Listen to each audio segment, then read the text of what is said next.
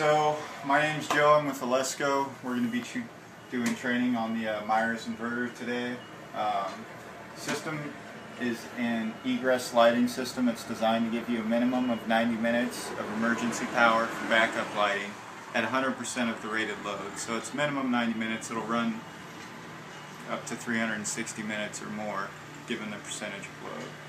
So that's the purpose of the system. It's a line interactive system. It's basically in standby mode all the time, monitoring the input power, awaiting a reason to transfer, which can be an actual power outage or any indiscrepancy on the incoming sine wave. So if we have a high or a low spot on the sine wave or harmonic issues, it will transfer to protect the load. In other words, it's sensitive to the incoming power. Okay. And we'll talk about why that's important later. Otherwise, as it sits right now, it's just a big battery charger, and it's power in, power out to the loads, and then of course, between this point and the loads, you have controls, which are your LCP, to have the lights on and off. So that's basically what we have here. Do you want to touch on what's connected to these systems? Like interior, exterior lights, etc.? Well, it's interior lighting as well as some exterior lighting, so all egress lighting in the building and around out. Okay, so just basic pathway lighting throughout premises. And this unit is specific to this building only, or is this specific? Each building has its own system, correct? That's correct. Yeah, so there's 3 buildings and 3 systems on site. So clear on what it is? Understood. Okay. Yes. So the first thing we're going to discuss then is just basic safety. 48 volts nominal DC in this system. This is one string paralleled twice over, so 3 strings total of 48 volts DC. You're going to be in the neighborhood of 54 or so volts DC at full charge.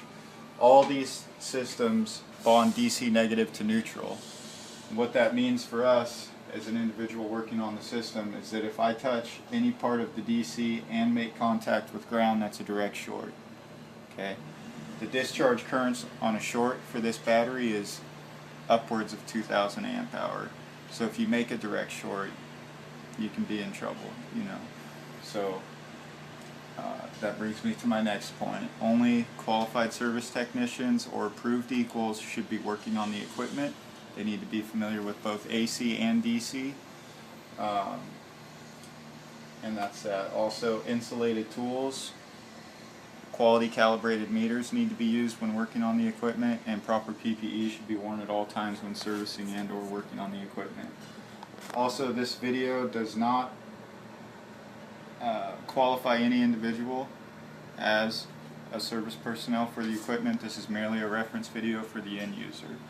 So with all that understood, we'll talk a little bit more about the batteries. You can't really see it, but this would be the front side of the battery. All the information is here. So we have, it's a Genesis MP33-12B. Got it. These are sealed lead calcium batteries. We don't need to put water in them, but we do need to maintain them. Things we need to look out for as far as potential failures: any swelling of the case of the battery, any leaking coming from the battery, or any battery cell that's above common temperature. Meaning we have, 12 batteries here. We have a pretty good consistency for temperature. If we have one that's at 92 degrees or 100 degrees, and every other battery is sitting at 72 degrees, we know we have an issue there and we need to address it. Being that we have a series circuit, this is essentially one battery in 4 packs. So if we have a failure in one of these, we need to get it addressed before it causes a failure in the remaining batteries. And it can get to a point where it's catastrophic as well. You can have batteries that are venting internally and failing. They produce gas, which is hydrogen, by the way, so they do produce flammable gas. And they can get to a point where they will blow up, or even have a rupture or a failure in the case, which can cause a direct short because ground is referenced. So then we have the potential for a fire inside the cabinet. So these are all things we need to be alert to and catch and address immediately if we see them going wrong. And then basics, connections need to stay clean and tight, so corrosion needs to be addressed, and the connection should be torqued at least once a year or as needed. Torque spec can be found in the user's manual. I believe it's 35 or 40 inch-pounds off the top of my head. So, How often should the batteries be checked? well, when we say check the batteries, this is life safety equipment, so a visual inspection of the system once a month is recommended. It's code that you guys are supposed to check life safety equipment once a month, I believe, in this county, so that needs to be done. It's up to you how far you go with it. I don't believe that requires you to open the covers. I think all it requires is you to physically see that the system is operational and not any alarms. If they want to take it a step further and remove the covers and have a look at the batteries and make sure everything looks satisfactory in order, that's great. Otherwise, quarterly they should be inspected. And that's per the literature as well. So what else can we talk about? Again, we see 3 battery cabinets here. This is battery 1, 2, and 3. Each one has its own fuse in line on the main positive. We simply open this little door here, and that exposes our fuse. We can close it. So again, each one has its own fuse. When checking connections, of course, we need to torque battery connections. We also need to torque all the DC connections on the left-hand side of the cabinet. We don't have to, get them to turn every time. We just need to verify that they're remaining tight. These are a very low torque spec, and you will break them quite easily if you get too muscly on them. So, Okay. good. Moving on to the upper cabinet. As far as maintenance goes on the upper cabinet, all these connections should be checked for tightness, as well as our breakers and our fuse connections. All other connections, meaning all connections on the PCB and everything behind this metal, should be left alone, unless during a visual inspection you see reason to adjust something. But that stuff has been torqued several times already from the manufacturer, myself. It's been tested, heated up, torqued again.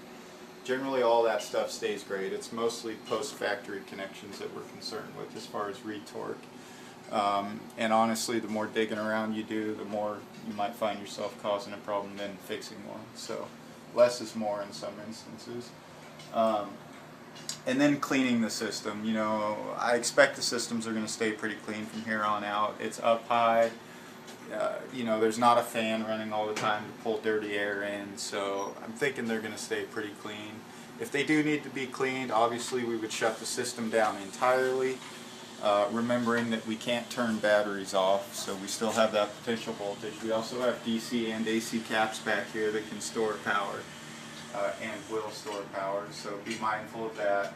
And then I just use a simple shop vac to clean them out. Never make contact with any of the PCBs. You don't want to short them out statically.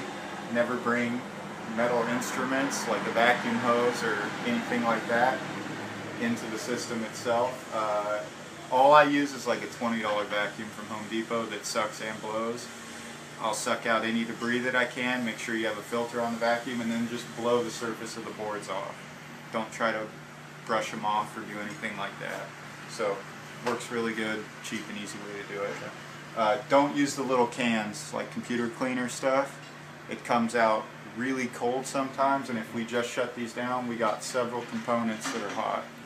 Transistors, resistors, all kinds of stuff. Spray it with that cold liquid and you can damage a component. Not to mention that's a metal can. That's a bad idea as well. So I think that takes care of all the basic maintenance stuff. We're going to talk more about actual readings in a little bit. But as far as what to look for, failures, keeping the system up, clean, everything tight, that's what we're looking for. And as far as the way the batteries are wired, in the literature there's also an installation guide and a user's guide. The user's guide goes over the basics. The installation guide covers initial installation, which would be installation of the batteries. So if you have a guy that's going to change batteries, he can reference that literature. Everything else, pretty much, all the user stuff is going to be in the user's guide. So the display, how to turn it off and on, etc. Warranty information, a little troubleshooting chart, and basic maintenance recommendations can all be found in the user's guide. So